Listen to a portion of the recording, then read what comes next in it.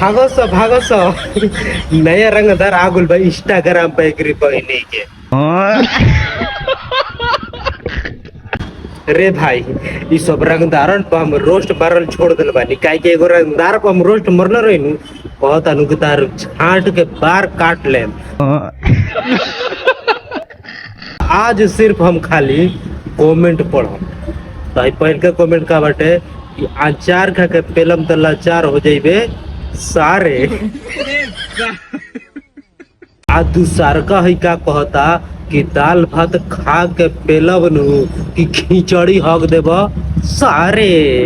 बड़े खतरनाक लोग हैं। आ तीसर का तो हद पार क देलस कहता कि न थुनिए नोच लेम सार